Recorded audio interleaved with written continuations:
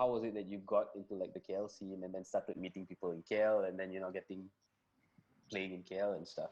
The first time I played in KL was actually from Reza Saleh. He gave me a gig in Moonshine. All right. Yeah. So that's the first time I played. And this was when I hadn't returned yet. I was traveling from, I was holidaying in Malaysia, and that's how I got my gigs. And then when I actually came back, and I think, it would be Merdeka Ria, really. Merdeka Ria is the place where I started playing my own stuff.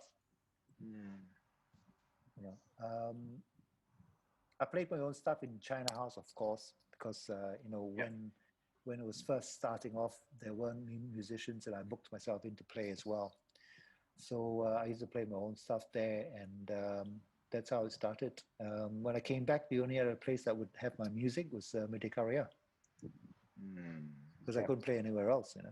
I was only playing originals. Yeah. So I think, I don't know, when did Merdeka Ria start? 2013. 12, 13. Yeah. 12, 13. Just ngam when you got back lah, about that time. Yeah. So and before that, I played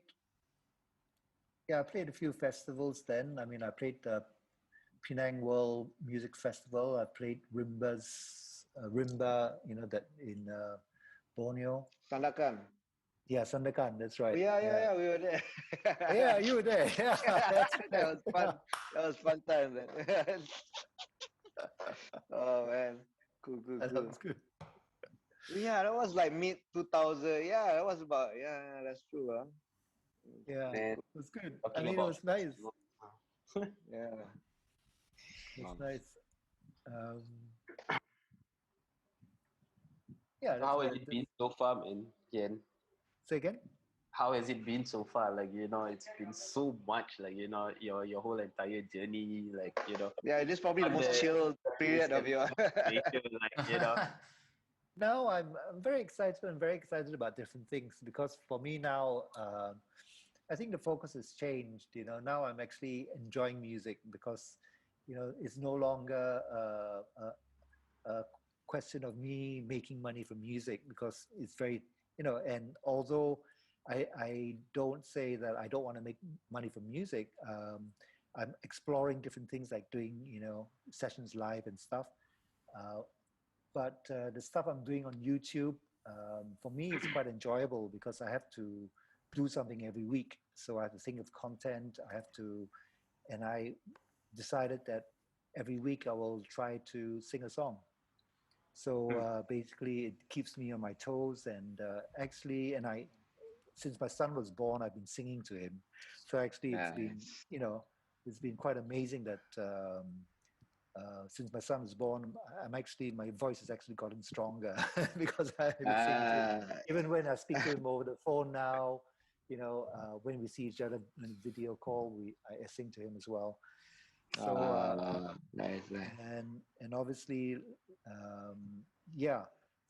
and when I'm demonstrating all the stuff, instead of just playing random things, I was thinking, well, I'm not really a guitarist. I can play guitar, but I used to be a guitarist, but now I play guitar for my songs. So I'm, interested in, I'm a songwriter and a singer, and my guitar is a big part of it, because I'm very interested in big sounds and tone and getting all the, but and I can do certain things. And actually I do intend to play more guitar as a guitarist, but somehow I'm not that way motivated. I get more enjoyment out of playing a song, composing a song, and performing that way, and putting something different to the song, because I am a guitarist, so to speak. So that has been really good for me by starting this channel, because it keeps me on my toes. I have to do something every week. I have to think of something. And sometimes I don't get it right the first time. Like the last episode, I was actually going to show my acoustic guitar and do an acoustic performance. And funny enough, it was Carrie Ann I was playing. So I actually recorded the thing. I just put TLM 103 in the middle of the room, and I just played my guitar and sang into one microphone. Whoa. Just don't say you've got a TLM 103 and pass it off like it's fucking like the most normal thing in the world. Does anybody know what a TLM 103 is? Now you will tell us the magnitude of what Ken just name dropping, model dropping things like testing we us. have things hanging around here. It's a Neumann TLM 103. It's a fucking 5K ringing mic. Yes, it's fucking not just hanging around. Just hanging around. I bought that microphone in London. Fuck you, Kien Lim. Yeah, I bought it in London. So that's one of the. I mean, when I left London, I only brought a few things. Right? It's a beautiful fucking mic. Generally, the TLM 103 is used in what is traditionally known as a triangle thing to record strings. Generally used in orchestras, stuff like that. It's a beautiful mic. It's an absolutely. So it's got gold in it and shit. It's not got gold. It is kind of. It looks like a wee stumpy mic. Doesn't look like the classic. It doesn't look like the classic mic like that. Okay. It's more of a kind of pudgy mic, but it's a fantastic fucking mic, especially for string instruments. It's absolutely beautiful mic. So yeah, it picks up everything. Yeah, so don't just say you just had it hanging in the room. But you see, the whole thing it was so very precise. So when I listened back to the stuff, I thought, well, I can't do this. It's just like. It doesn't it's a work. fucking Neumann. Of course, it's going to be precise. Yeah. It's very. It picked up too many things. It's a very honest mic. It's a very honest mic. If you're shit, it's going to tell you you're shit. Yeah, absolutely. Okay. It's just like, and you can hear everything basically, the high end, everything. So I mean, I listen back. Yeah, it's a beautiful mic.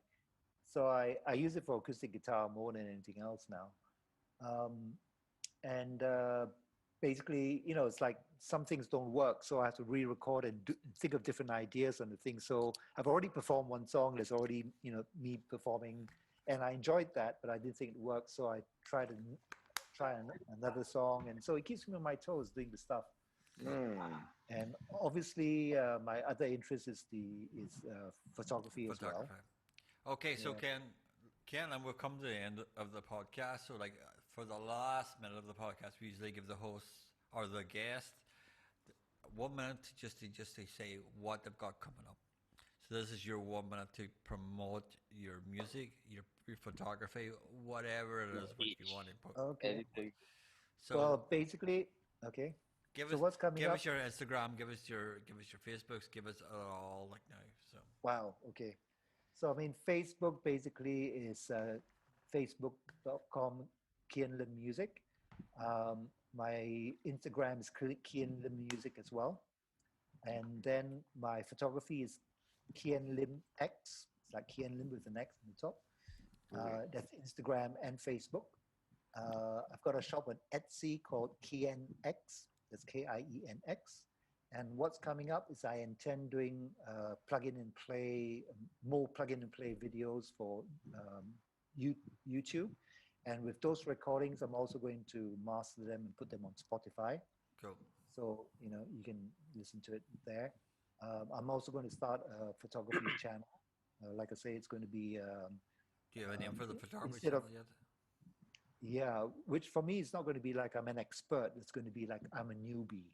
So basically, if there are any newbies come along with me on this journey, then come along. Cool. And that one as well, we probably called Kien Limex because that's my photography thing. And of course, sessions live. I'm going to start doing that as well. So that's all in the pipeline for the moment. And I've got a few other things which I won't say now because I don't want to jinx them. Okay. Okay, Kien Lim, thank you so much for being our guest in the Waiting Room podcast. This is our 25th. This is our fucking. This is our. I don't know what the 20th. Our quarter century episode. Quarter century podcast. But anyway, having Kien WhatsApp. Yes. And this podcast won't be released until 2023 anyway. So we'll send it to you. Next week. the title of this will be Nasi Lemak KFC. Yeah, fucking Kien Lim podcast. I thank you so much. Cheers.